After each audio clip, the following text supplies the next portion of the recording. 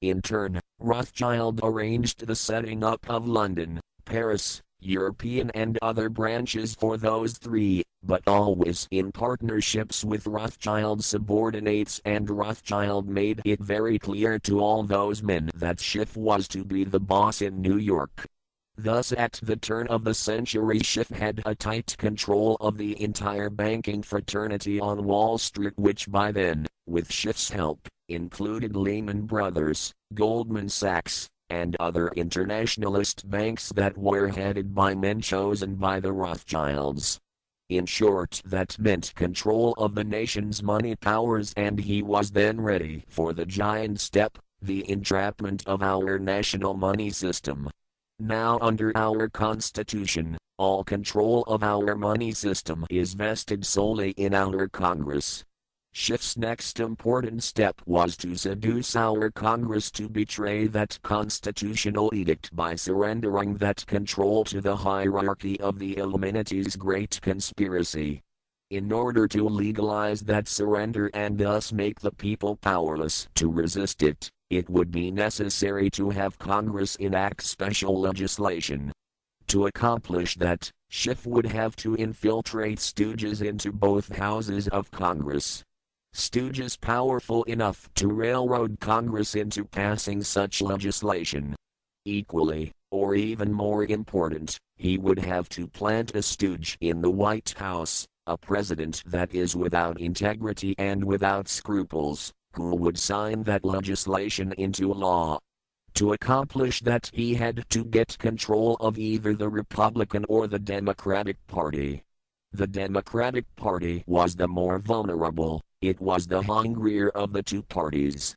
Except for Grover Cleveland, the Democrats had been unable to land one of their men in the White House since before the Civil War. There were two reasons for that. 1. Poverty of the party.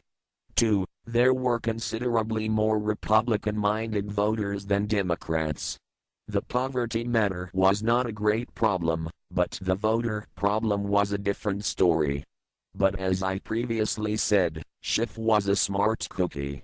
Here is the atrocious and murderous method he employed to solve that voter problem. His solution emphasizes how very little the Jewish internationalist bankers care about their own racial brethren, as you shall see. Suddenly, around 1890, there broke out a nationwide series of pogroms in Russia. Many thousands of innocent Jews, men, women, and children were slaughtered by the Cossacks and other peasants.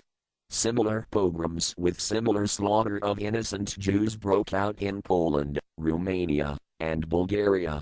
All those pogroms were fomented by Rothschild agents. As a result, the Jewish terrified refugees, from all of those nations, swarmed into the United States, and that continued throughout the next 2 or 3 decades, because the pogroms were continuous through all those years. All those refugees were aided by self-styled humanitarian committees set up by Schiff, the Rothschilds, and all the Rothschild affiliates. In the main, the refugees streamed into New York, but the Schiff-Rothschild humanitarian committees found ways to shuffle many of them into other large cities such as Chicago, Boston, Philadelphia, Detroit, Los Angeles, etc. All of them were quickly transformed into naturalized citizens and educated to register as Democrats. Thus all of that so-called minority group became solid Democratic voter blocs in their communities, all controlled and maneuvered by their so-called benefactors. And shortly after the turn of the century, they became vital factors in the political life of our nation. That was one of the methods Schiff employed to plant men like Nelson Aldrich in our Senate and Woodrow Wilson in the White House.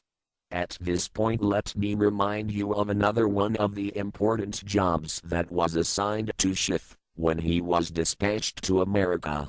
I refer to the job of destroying the unity of the American people by creating minority groups and racial strife.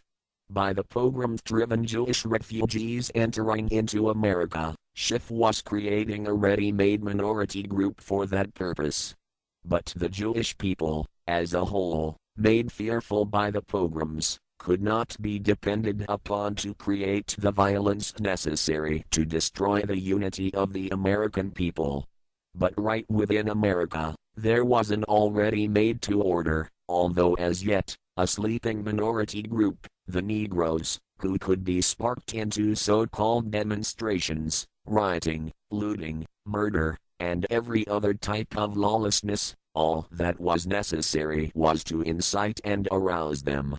Together, those two minority groups, properly maneuvered, could be used to create exactly the king of strife in America the Illuminati would need to accomplish their objective.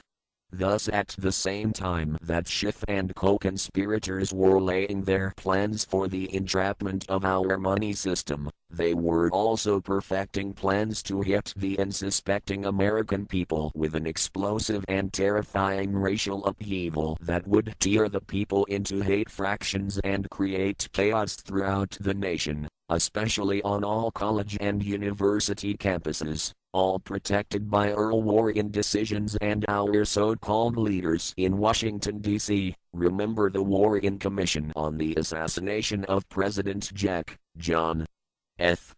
Kennedy. Of course, perfecting those plans requires time and infinitely patient organizing,